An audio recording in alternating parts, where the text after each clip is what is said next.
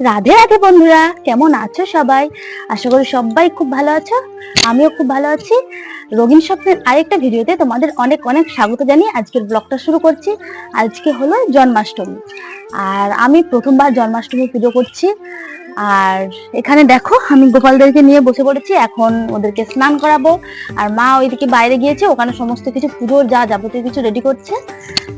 আর দেখো, আমি নতুন শাড়ি টাড়ি পরে একদম চলে এসেছি। তো চলো দেখতে থাকো ভিডিওটা। আজকের ভিডিওটা জমজমাট হতে চলেছে।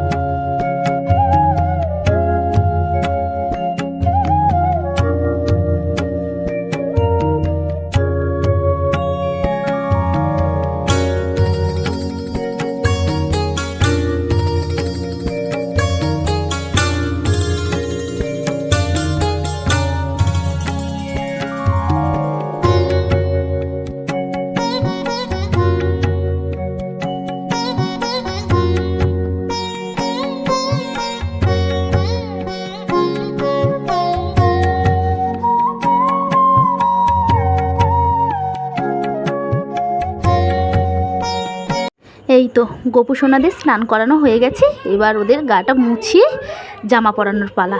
আর এখানে দেখো বসিয়ে দিয়েছি ওদেরকে আসনে। চলো জামা পরিয়ে নেওয়া যাক। এই দেখো কত সুন্দর লাগছে দেখতে, দুজনকেই একই কালারের ড্রেস পরিয়েছি। হ্যাঁ, এইবার গয়নাগাটি, চুল, মুকুট এবং বাঁশি দিয়ে পুরোটা সাজিয়ে নিয়েছি।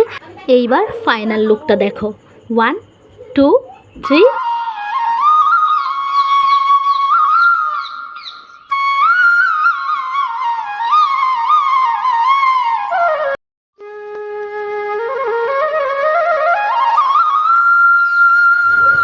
তালের বড়া বানানো হবে, সেই জন্য মা এখানে তালের আঁতিগুলো বের করে নিচ্ছে। আর এইদিকে আমি বসে বসে ভাবছিলাম কি করব। আমার তো এইদিকে প্রায় সমস্ত কাজ রেডি। তো ভাবলাম চলো হাতে হাতে ফলটাও কেটে নেওয়া যাক। আর যেই ভাবা সেই কাজ, কাজের থেকে অকাজটাই বেশি করছি।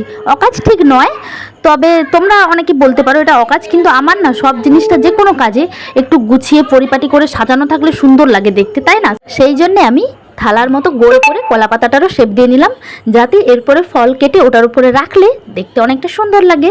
আর ওইদিকে নারকোল নাড়ু বানানো হবে, সেই জন্য মা আগে থেকে নারকোলটা কুড়িয়ে নিয়েছে। আর একটুখানি পায়েস বানাবো, তালের বড়া বানাবো, নাড়ু আর ফল।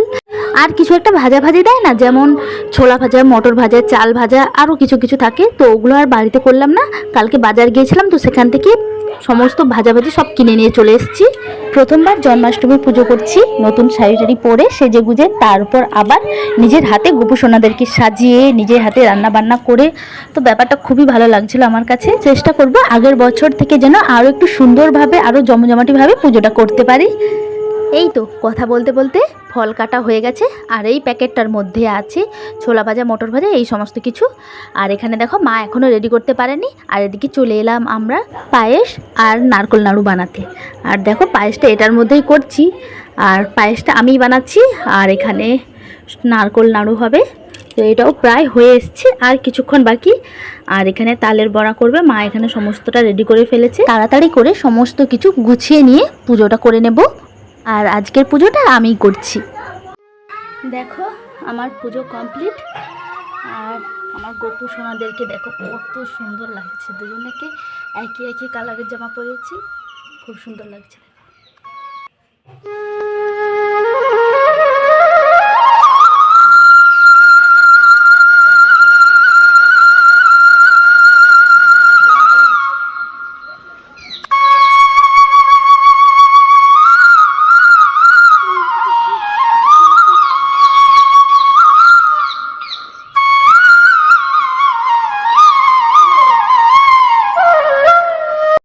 আমার পুজো দেওয়া হয়ে গেছে, আর এখন একটুখানি বসে আছি।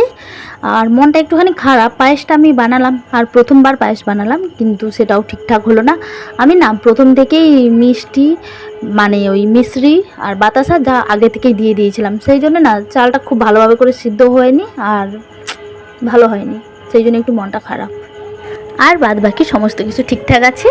তো এর পরের বছর থেকে খুব সুন্দর করে করার চেষ্টা করব পুজোটা। তার উপরে আবার আমার ফোনের রিচার্জ শেষ, আর ভেবেছিলাম একটুখানি রিলস বানাবো, একটু সাজুগুজু করে আছি, কিন্তু হলো না।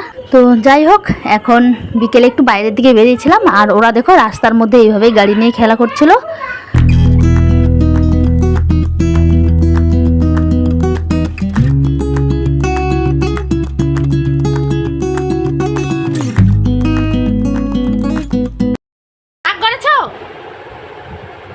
কিসের এত রাগ তোমার? মামা তোদের রাগ করেছে, মামা তোদের রাগ ভাঙাও। সন্ধেবেলা ঘরে এসেই দুষ্টুমি করা শুরু করে দিয়েছিল, সেই জন্য আমি একটু বকা দিলাম, তাই বাবুর রাগ হয়েছে। আর সন্ধে হয়ে গেছে, আমিও প্রসাদ খেয়ে নিলাম। আর প্রসাদের মধ্যে খাচ্ছি নারকেল নাড়ু। আমি খুব একটা মিষ্টি খেতে পছন্দ করি না, কিন্তু নারকেল নাড়ুটা আমার খুব ভালো লাগে, আর খুব সুন্দর হয়েছিল আজকে। তো চলো আমি প্রসাদটা খেয়ে নিই। আর তোমরা কিন্তু কেউ কমেন্ট করে জানাতে ভুলবে না যে তোমাদের এই জন্মাষ্টমীর এই স্পেশাল দিনটা কেমনভাবে কাটলো। জানি আমার এই ভিডিওটা তোমাদের কাছে অনেক দেরিতে পৌঁছবে, কিন্তু তবুও সবাইকেই শুভ জন্মাষ্টমীর অনেক অনেক অনেক শুভেচ্ছা। সবাই খুব খুব খুব ভালো থেকো। টাটা।